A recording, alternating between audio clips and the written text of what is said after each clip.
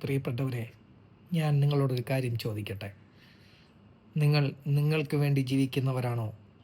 നിങ്ങൾ നിങ്ങളെ കുടുംബത്തിന് വേണ്ടി ജീവിക്കുന്നവരാണോ? എല്ലാവരും പറയും, ഞാൻ എൻ്റെ കുടുംബത്തിന് വേണ്ടി ജീവിക്കുന്നവനാണ്. എന്നാൽ ഞാൻ നിങ്ങളോട് പറയുകയാണ്, ഒരിക്കലും നിങ്ങൾ നിങ്ങളുടെ കുടുംബത്തിന് വേണ്ടി ജീവിക്കരുത്. ഞാൻ ഇങ്ങനെയൊക്കെ പറയുമ്പോൾ നിങ്ങൾ കരുതും ഈ പറയുന്നത് ഒന്നും ശരിയല്ല എന്ന്.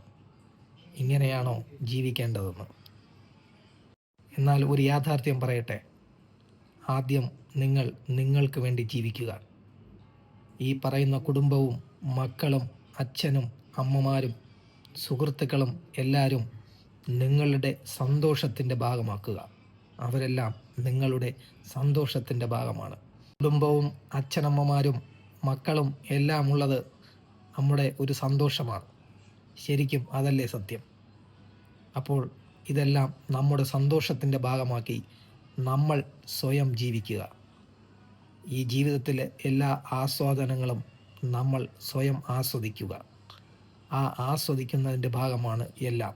നിങ്ങൾ സ്വയം ജീവിക്കുകയും ഈ പറഞ്ഞ ബന്ധങ്ങളെയെല്ലാം നിങ്ങളുടെ ജീവിതത്തിലെ സന്തോഷത്തിൻ്റെ ഭാഗമാക്കുകയും ചെയ്താൽ നിങ്ങൾ ഒരിക്കലും ഒറ്റപ്പെടുകയില്ല. നിങ്ങളെ ആരും പരാജയപ്പെടുത്തുകയുമില്ല. എന്നും നിങ്ങളുടെ ഈ ബന്ധങ്ങൾ നിങ്ങളോടൊപ്പം ഉണ്ടാകും. നിങ്ങൾ തെരുവിൽ അലയേണ്ടി വരില്ല. അനാഥാലയങ്ങളിൽ പാർക്കേണ്ടി വരില്ല.